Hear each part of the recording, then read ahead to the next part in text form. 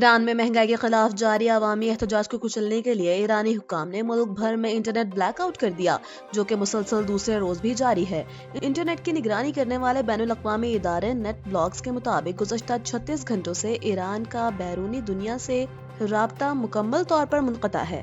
یہ سخت اقدام معزول شاہ کے بیٹے رضا پہلوی کی جانب سے احتجاج اور 2 روزہ ملک گیر ہڑتال کی کال کے بعد اٹھایا گیا۔ تہران، مشہد اور اصفہان سمیت کئی بڑے شہروں میں مظاہرین نے سڑکوں پر نکل کر نعرے بازی کی، جس کے جواب میں حکام نے نہ صرف انٹرنیٹ بلکہ ٹیلی فون لائنیں بھی منقطع کر دی تاکہ مظاہرین کے درمیان رابطوں کو روکا جا سکے۔ پاکستان نیوی نے اپنی آپریشنل تیاریوں اور دفاعی صلاحیتوں کو جلا بخشتے ہوئے شمالی بحیرہ عرب میں زمین سے فضا تک مار کرنے والے LY-80 میزائل کا کامیاب تجربہ کیا ہے۔ پاک فوج کے شعبہ تعلقات عامہ کے مطابق یہ میزائل ورٹیکل لانچنگ سسٹم کے ذریعے فائر کیا گیا، جس نے طویل فاصلے پر موجود انتہائی متحرک فضائی ہدف کو کامیابی سے تباہ کیا۔ اس مشق کا مشاہدہ کمانڈر پاکستان فلیٹ نے کیا، جبکہ نیول چیف ایڈمرل نوید اشرف نے نوجوانوں کی پیشہ ورانہ مہارت کو سراہا۔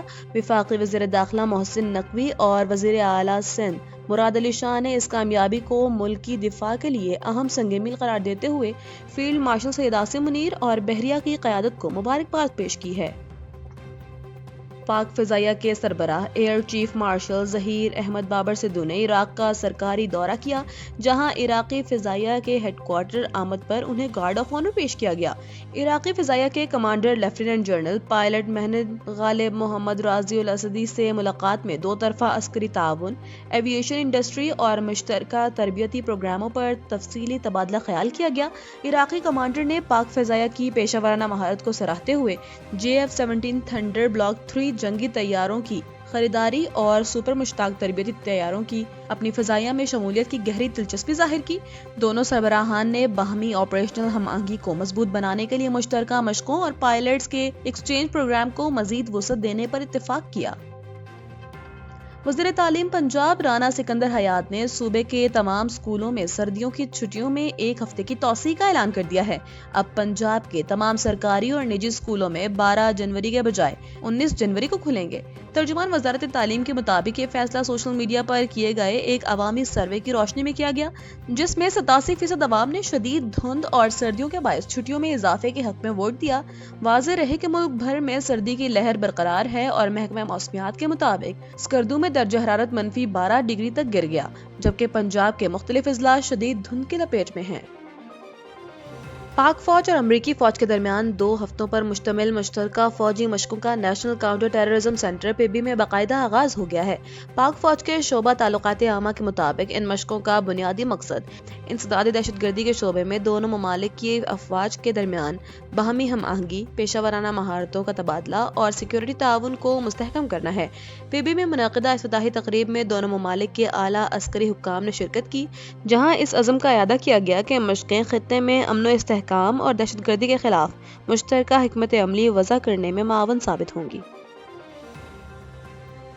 اسلام آباد اور لاہور بار ایسوسی ایشنز کے سالانہ انتخابات کے لیے ووٹنگ کا عمل شروع ہو گیا ہے۔ اسلام آباد بار میں 6 نشستوں کے لیے 4000 سے زائد وکلاء اپنا حق رائے دہی استعمال کر رہے ہیں، جن میں 6 خواتین امیدوار بھی شامل ہیں۔ دوسری جانب لاہور بار میں صدر اور سیکرٹری سمیت 8 نشستوں پر 27 امیدواروں کے درمیان مقابلہ ہے، جہاں پولنگ شام 5 بجے تک جاری رہے گی۔ لاہور میں صدر کی نشست کے لیے آسمہ جہانگیر گروپ کے ادیب اسلم بھنڈر اور حامد خان گروپ کے عرفان حیات باجوہ کے درمیان کانٹے دار مقابلہ متوقع ہے۔ دونوں شہروں میں سیکورٹی کے سخت انتظامات کیے گئے ہیں تاکہ انتخابی عمل پرامن طریقے سے مکمل ہو سکے۔ مالی سال 2025 میں پاکستان کے سرکاری اداروں کے نقصانات میں 300% کا بڑا اضافہ ہوا ہے، جہاں بھاری خسارے میں چلنے والے اداروں کا نقصان گزشتہ سال کے 30.6 ارب روپے سے بڑھ کر 123 ارب روپے تک جا پہنچا ہے۔ رپورٹ کے مطابق نیشنل ہائی وے اتھارٹی 153 ارب روپے کے نقصان کے ساتھ سر فہرست ہے، جبکہ کوئٹہ الیکٹرک کو 58.1 ارب اور سکھر الیکٹرک کو 29.6 ارب روپے کا نقصان ہوا۔ اس کے علاوہ پاکستان ریلوے کو 26.5 ارب اور پاکستان اسٹیل ملز کو 15.5 ارب روپے کا مالی نقصان اٹھانا پڑا۔ اگرچہ مالی نقصان کے پہلے نصف میں مجموعی نقصان 343 ارب روپے رہا، تاہم حکومت کا دعویٰ ہے کہ گزشتہ سال کے مقابلے میں مجموعی خسارے کی شرح میں 2% کی معمولی بہتری دیکھی گئی ہے۔ پاکستان سپر لیگ کے 11ویں ایڈیشن کے لیے کھلاڑیوں کے انتخابات کا عمل یعنی ڈرافٹنگ 30 جنوری کو ہونے کا قوی امکان ہے۔ ذرائع کے مطابق پی ایس ایل مینجمنٹ نے ڈرافٹ کی تیاریاں شروع کر دی ہیں اور تمام معاملات کو جلد حتمی شکل دینے کی منصوبہ بندی کی جا رہی ہے۔